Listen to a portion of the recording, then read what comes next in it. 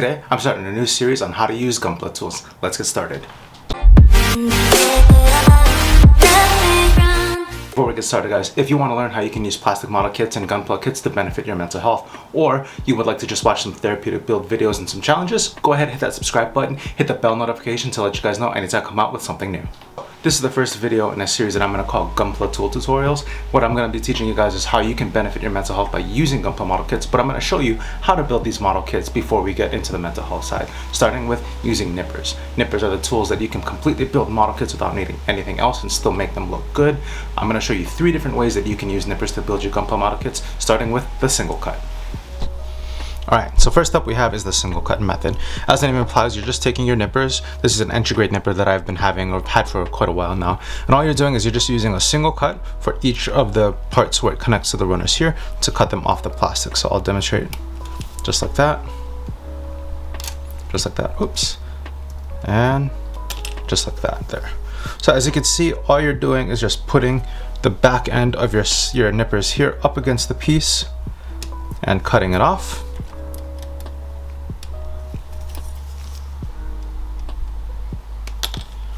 And just like that, you have your pieces that are removed from the runners there.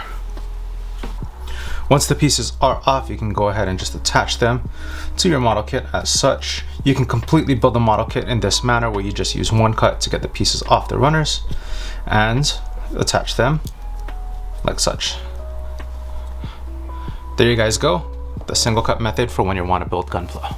The next method I want to talk about is called the 2-cut method. This is the method most commonly used when people want to build Gunpla kits without using any other tools other than the nippers. It helps minimize the amount of stressing that happens on the plastic and helps keep the model looking nice and clean. So let's get started with the 2-cut method.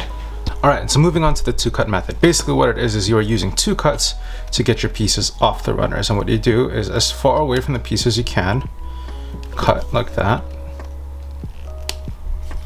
And then what I'll do is I'll take this whole bar with this cut here, because I'm using both of these pieces right now, up against the edge there, up against the edge here, whoops.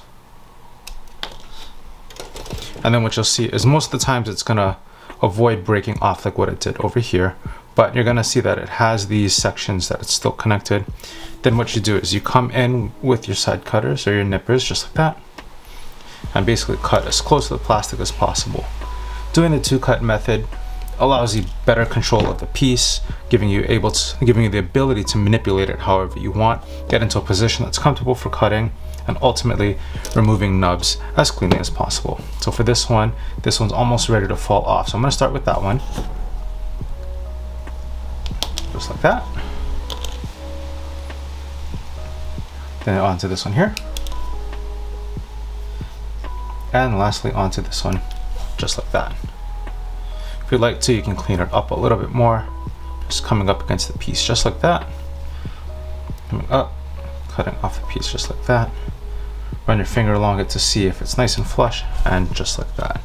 So this piece uses a poly cap here. Because the poly caps are usually hidden and the plastic is much softer, there's no worries about stress marks being visible. I usually only do 1 cut for poly caps. 2 cuts are a little excessive and don't really give you any benefit to making it look cleaner, so I only use 1 cut for poly caps.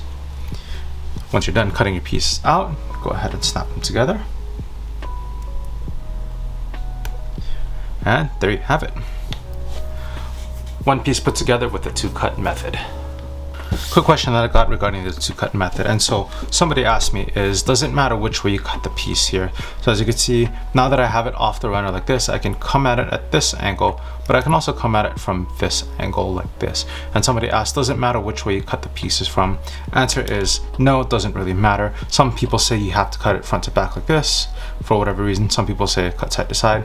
I find that there is no real difference based on the way that the pieces come out and what's left over at the end. So I'd just say go ahead and do whichever way you feel most comfortable. Before we get to our third and final way, guys, if you enjoyed this video, go ahead and leave a like. Lets me know that you guys enjoyed this video. If you haven't done so already, hit that subscribe button, hit that bell notification to let you guys know when I come out with the next video in the tutorial series, or if you just want to see some other videos that I've got coming out. Stay tuned, we're going to get started right now on the third way that you can use your nippers for Gunpla. So the third way I want to show you guys is the method I call the in conjunction method. It's just when you use your nippers in conjunction with some other tools. Two tools that I'm going to show you guys how to use it with are going to be the hobby knife and some sort of sanding material, whether it be sanding sponges or even files. Personally, I feel like this is the best method when you want to build Gunpla because it helps you to make those pieces really clean, minimize stress marks almost completely all together, and making the pieces look like as if they weren't even attached to runners to begin with. So let's get started with the in conjunction method. All right, so here we are for the in conjunction method. I'm gonna be cutting out this blue piece here. And what you'll find is that when using the single cut method or even the two cut method is that you'll still end up with a little bit of a stress mark. So what's the best way to eliminate that? I find is that when you use extra tools, you can make it even cleaner for a finish. So what I do is I cut a little bit away from the piece here, just kind of as you see like this and like this. And then what I'll do is I'll come in with either a hobby knife like this or a file, and I'll go ahead and clean it up. But what I'll do first is I'll come and get a little bit closer. So then that way I'm not sanding as much. Just until there's just a little bit of a nub left. And then I'll come in with the file like this and clean it up just like that. As you can see, that's just as if there was no nub to begin with. Nice and flush with the plastic. If you want to go ahead and clean it up further with something like a sanding sponge like this, you can go ahead and do so to make it even cleaner. If you don't have sanding sponges, you can also use something like a nail board. Go ahead, just sand it down, give it a little bit of a buff to get that initial shine back. And as you can see, it looks almost as if there was no nub to begin with. I'll go ahead and demonstrate on this side as well. So what I'll do is I'll cut down as close to the plastic as possible. Like that, and then like that. Then I'll come in with my file here. Again, in one direction, just slowly sanding down until it disappears.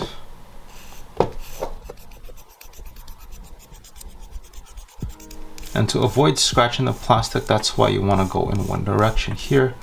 Plus also, as you are sanding it, eventually what you'll notice is you'll start to take a little bit of the piece away, and that's okay, because what you want it to do is you want it to make it as even as possible on that piece.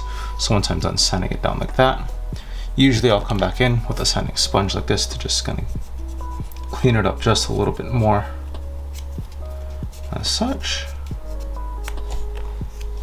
And then something with a little bit of a higher shine to it.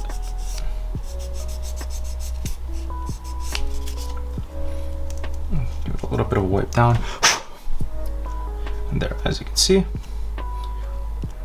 nub's almost completely invisible, but definitely looks better than if we were to just cut it as such like that. I'll go ahead and do it one more time. So cut as close to the plastic, sanding in one direction only, and as I'm going, just keeping an eye on that white part of the stress mark. Just sand slowly, checking. Every time I go over the pass, I just take a quick peek, make sure I'm not over sanding it. Check my file, give it a little bit of a clean off here. Come back. Keep an eye on that piece there. Oh, blue section, the white section's gone. Come back in with my sanding sponge here. Then a little bit of a higher grit. Just clean it off, and there you have it. In conjunction with a sanding tool, you can go ahead and get your pieces looking nice and clean, and then snapped up to the piece just like that. There you have it. In conjunction method using your nippers and some sanding tools. So real quickly before we wrap up, guys, single cut method is great for if you're just starting out and you're not too sure if hobby making or plastic modeling is for you. It's a great way to just get pieces off the runners and snap together real quickly. If you want to move it up a little bit and you want to do a little bit nicer work, you want to try to cut some of those nubs down a little bit better, two-step cut method or the two-cut method is really great for getting you to that point. If you want to get really into it and you feel like this is the model style for you and you want to have more fun with it and making it look really clean, I'd suggest using it in conjunction with either a hobby knife or with with some sanding materials. As I said before, I'm gonna go ahead and do a hobby knife tutorial later on. I'll link it up here when I get that done and squared away. There you have it, guys. Quick tips on getting started and using nippers when building Gunpla. Thank you guys so much for joining me today. I hope you enjoyed this video. Remember, take care of yourselves, take care of the people around you, and I'll see you in the next one.